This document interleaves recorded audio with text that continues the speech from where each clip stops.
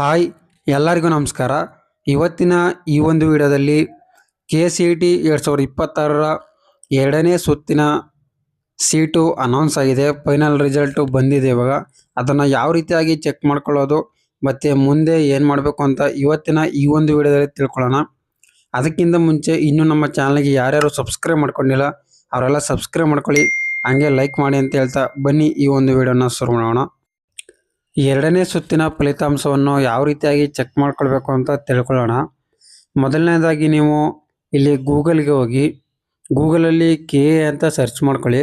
Search ಮಾಡ್ಕೊಂಡ ನಂತರ ಈ ರೀತಿ ಆಪ್ಷನ್ ಓಪನ್ ಆಗುತ್ತೆ. ಅದನ್ನು ಕ್ಲಿಕ್ ಮಾಡಿಕೊಂಡು ಅಥವಾ ನಾನು ಕೆಳಗಡೆ ಡಿಸ್ಕ್ರಿಪ್ಷನ್ ಕೊಟ್ಟಿರ್ತೀನಿ, ಅದನ್ನು ನೀವು ಕ್ಲಿಕ್ ಮಾಡಿಕೊಂಡು ಓಪನ್ ಮಾಡ್ಕೊಳ್ಬೋದು. ನಂತರ ಇಲ್ಲಿ ಈ ರೀತಿಯಾಗಿ ಪೇಜ್ ಓಪನ್ ಆಗುತ್ತೆ. ಈ ಪೇಜಲ್ಲಿ ಮೇಲ್ಗಡೆ 3 ಡಾಟ್ ಕಾಣ್ತಾ ಇತ್ತಲ್ಲ, ಅದ್ರ ಮೇಲೆ ಕ್ಲಿಕ್ ಮಾಡ್ಕೊಳ್ಳಿ. ಕ್ಲಿಕ್ ಮಾಡ್ಕೊಂಡ ನಂತರ ಪ್ರವೇಶ ಅಂತ ಕಾಣುತ್ತೆ, ಅದರ ಮೇಲೆ ಕ್ಲಿಕ್ ಮಾಡ್ಕೊಳ್ಳಿ.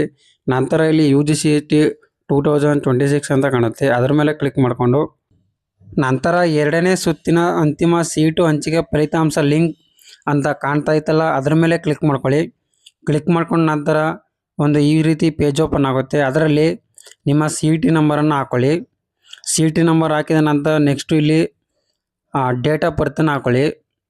ಡೇಟ್ ಆಫ್ ಬರ್ತನ್ನು ಹಾಕೊಂಡ ನಂತರ ಕೆಳಗಡೆ ಇರುವಂಥ ಕ್ಯಾಪ್ಚನ ಎಂಟ್ರ್ ಮಾಡ್ಕೊಳ್ಳಿ. ಕ್ಯಾಪ್ಚನ ಎಂಟ್ರ್ ಮಾಡಿಕೊಂಡು ಚೆಕ್ ರಿಸಲ್ಟ್ ಮೇಲೆ ಕ್ಲಿಕ್ ಮಾಡ್ಕೊಳ್ಳಿ. ಕ್ಯಾಪ್ಚವನ್ನು ಎಂಟ್ರ್ ಮಾಡ್ಕೊಂಡ ನಂತರ ಚೆಕ್ ರಿಸಲ್ಟ್ ಮೇಲೆ ಕ್ಲಿಕ್ ಮಾಡ್ಕೊಳ್ಳಿ. ಕ್ಲಿಕ್ ಮಾಡ್ಕೊಂಡ ನಂತರ ನಿಮಗೇನಾದರೂ ಸೀಟ್ ಏನಾದರೂ ಸಿಕ್ಕಿತ್ತು ಅಂತ ಹೇಳಿದ್ರೆ ಕಂಗ್ರ್ಯಾಚುಲೇಷನ್, ಇವು ಯಾವ ಬೀನ್ ಅಲಾಟೆಡ್ ಸೀಟ್ ಅಂತ ಬರುತ್ತೆ.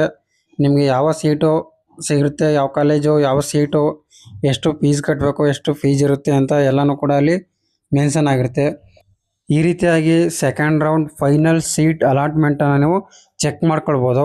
ಸೀಟು ಸಿಕ್ಕಿರುವಂಥ ಎಲ್ಲ ವಿದ್ಯಾರ್ಥಿಗಳಿಗೂ ಕಂಗ್ರ್ಯಾಚುಲೇಷನ್ ಅಂತ ಹೇಳ್ತಾ, ನೋಡಿ ಇಲ್ಲಿ ನೆಕ್ಸ್ಟ್ ಏನು ಮಾಡ್ಬೇಕಂತ ಹೇಳಿದ್ರೆ ಸೀಟ್ ಸಿಕ್ಕಿರೋರು ನೋಡಿ KA ಕಡೆಯಿಂದ ಒಂದು ನೋಟಿಫಿಕೇಷನ್ನ ಬಿಟ್ಟಿದ್ದಾರೆ. ಆ ನೋಟಿಫಿಕೇಷನಲ್ಲಿ ಏನಂತ ಹೇಳಿದ್ರೆ UGCET 2026ರ ಸೆಕೆಂಡ್ ರೌಂಡ್ ಲೀಸ್ಟು ಅನೌನ್ಸ್ ಆಗಿದೆ. ಅಲ್ಲಿ ನೀವು ಚಾಯ್ಸ್ 1 ಅಥವಾ ಚಾಯ್ಸ್ 4 ಮಾತ್ರ ಆಯ್ಕೆ ಮಾಡ್ಕೊಳ್ಬೋದು. ಚಾಯ್ಸ್ 1ಅನ್ನು ಸೆಲೆಕ್ಟ್ ಮಾಡ್ಕೊಂಡು ನೀವು ಅಡ್ಮಿಷನ್ ಆಗ್ಬೋದು, ಅಥವಾ ಚಾಯ್ಸ್ 4ಅನ್ನು ಸೆಲೆಕ್ಟ್ ಮಾಡ್ಕೊಂಡು ನೀವು ಆಪ್ಷನ್ ಎಂಟ್ರಿಯಿಂದ ಎಕ್ಸಿಟ್ ಕೂಡ ಆಗಬಹುದು. ಚಾಯ್ಸ್ 1 ಆಯ್ಕೆ ಮಾಡಿದಂಥ ವಿದ್ಯಾರ್ಥಿಗಳು 28/8/2026 ಒಳಗೆ ಕಾಲೇಜಿಗೆ ನೀವು ಅಡ್ಮಿಷನ್ ಆಗಿಬಿಡ್ಬೇಕಂತ ಹೇಳಿದ್ದಾರೆ. ಇಲ್ಲಿ ಯಾವ ರೀತಿಯಾಗಿ ಚಾಯ್ಸಸ್ಗಳನ್ನು ಎಂಟ್ರಿ ಮಾಡಬೇಕು ಮತ್ತು ಯಾವ ರೀತಿಯಾಗಿ ಅಡ್ಮಿಷನ್ ಆಗಬೇಕು ಅಂತ ಮುಂದಿನ ವೀಡಿಯೋಗಳಲ್ಲಿ ತಿಳ್ಕೊಳ್ಳೋಣ. ಇದೇ ಥರದ ಅಪ್ಡೇಟ್ಗಳಿಗಾಗಿ ನಮ್ಮ ಚಾನಲ್ಗೆ ಸಬ್ಸ್ಕ್ರೈಬ್ ಮಾಡ್ಕೊಳ್ಳಿ. ಇಷ್ಟ ಆಗಿದರೆ ಲೈಕ್ ಮಾಡಿ ಅಂತ ಹೇಳ್ತಾ ಈ ಒಂದು ವಿಡಿಯೋನ ಮುಗಿಸ್ತಾ ಇದ್ದೀನಿ. Thanks for watching.